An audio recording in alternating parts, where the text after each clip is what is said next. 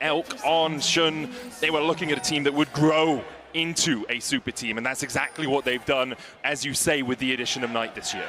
Bro, they have onto the biggest stage with the entire world watching. They get the double knock-up already. Carry is down to half HP. He's going to have to flash. Gumayusi cleanses away from Knight. The chase continues. BLG flashing forward. The heal coming out. Gumayusi now slowed by the Ash, and you can't escape the quiver of Elk. First blood again to BLG. Are you kidding me? Another one. Level 1. Power of Elkanon. Obviously, Ornn good in lane swaps as well. Can absorb a lot of pressure. Pretty tanky. He's going to get knocked up here though, and Zeus might have to burn the flash to get away. Elk with the slows, just going to chip him down to about 109. He's level 1.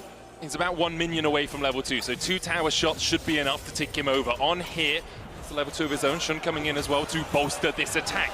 Zeus underneath the tower, able to flash away, gets the double knock-up, and look at On, he's about to be turned off! On goes down, Shun almost falls to, escapes that final tower attack. Ends up being a 1-for-1 trade, but I think BLG's happy with this. Look at all the farm that's being lost. Zeus needs to TP back in quickly to soak up as much XP as he can. The good news is the threat of a redive isn't possible for BLG. Meanwhile, on the opposite side, Bin had a smart ward earlier over that wall to see when Owner would come to pressure him off that wave, and Bin stuck around to soak up to 2.5 his level now on the Rumble before getting chased out.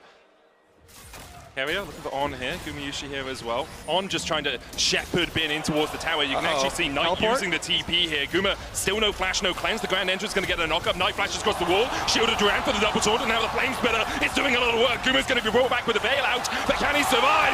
Down to 100 HP. Knight, the battle dance for On keeps him alive. Owner still chasing, and he rips through a Knight. Now Faker joins the party. A handshake from Carrier is one Bin did not want to take. Bin goes down as well, and T1 have 3 on the board. T1 answer back so well on the top side of the map. Knight tries to punish the flash, the spot lane of T1, but they just soaks it in mid lane here. This could be dangerous for T1. BLG going to start up the grubs. Shun on them. On still only level 3, has the flash, has the heal. They'll get one with the smite. Handshake pulls On back, but he can dance out with that W, and he'll manage to get to the relative safety of this top lane Tribush. T1 will find 2 grubs for their own as they force BLG away. Yeah, Bin has to go, but that leaves room for Faker to roam up top. Now they can guarantee numbers advantage, and they can set the sights on the tower. Bin shows now.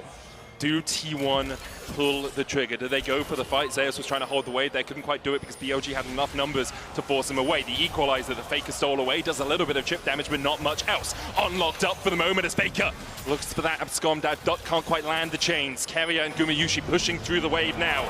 Paranoia coming out. Call of the Forge God is stopped. Zeus dashing forward. The shielded around for the taunt blocked by Owner. The knocker coming out as well as BLG trying desperately to defend the hero's entrance. Cancelled as T1 fight 2.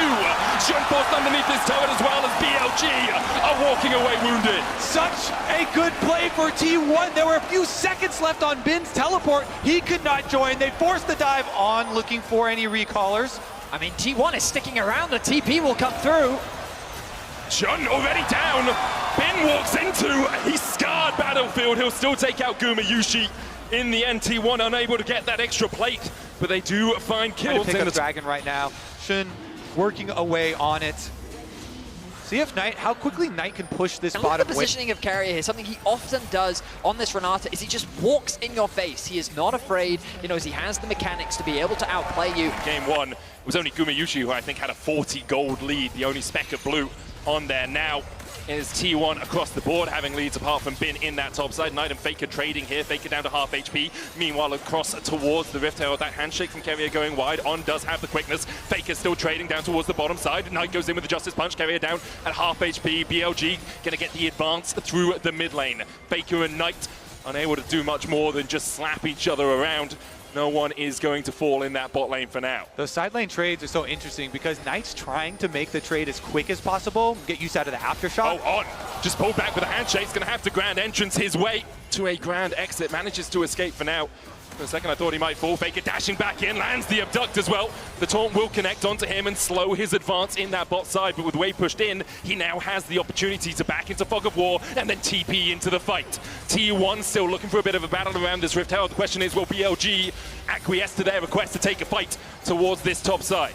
And it looks like they're going to go for the recall first there for Knight because of the extended trade that Faker was able to get on him. Knight goes back to base, full heal, teleport out. I mean, the important thing here is Faker didn't reset before TPing in, so he's at half HP, does have the quickness stolen away. The scuttle grab will go across, on goes in with the quickness, knockback with the crescent guard as well. Call of the forge god coming down as the tide comes in. The hostile takeover just possesses BLG. It's 2 already, the hero's entrance. A swift exit back to the fountain for Knight as T1 clean up the fight. It's BLG. Very similar to how far ahead BLG were in game 1, although obviously T1 had yet to take all of the steps up. Have to be a little bit careful there, so sacrifice the tower initially, and then as you said, they have the rift. But he should be able to survive this, especially with Jun coming in from the side. We'll take a spear to the back for his time in the mid lane, but T1 just used the fact they've... They're looking to suffocate BLG out from more. All right, BLG. Oh, the flank. Zeus has got behind them here, brings the call of the Forge God. Paranoia, paranoia! Everyone's out to get you, Elk! He falls first, still has both his summoners on, going to dash away. The chase comes in by Faker, steals away the quickness. A hero's entrance from Knight just to defend his support. T1 though find one, and they'll turn their eyes towards the Drake. Ornn and Nocturne, it is just too dangerous to step out onto the map, out in front of any of your towers, and as soon as they do, T1 close the trap shut. They get their extra kill. Elk doesn't even use a summoner spell, and I understand why. Like, what's the point? He's like, yep, you got me. And he'd rather save it for the upcoming fight. He knows that there's still Wasteland to come back into the game. Knight, I think, is a little too tanky to fall to this little skirmish in the mid lane. Best as well to try and reduce a little bit of the healing coming out from T1. The arrow comes down. Just wide of Faker, On still on the chase here. The rest of BLG starting to back away, and On realizes they don't want to advance any further. Don't have the vision around the blue buff where T1 are beginning to advance themselves. I mean, Faker does have the global aggro debuff that we've all known him to have. Him and Teemo, the two. Yeah, BLG not going to be baited in, or are they? They see Faker here.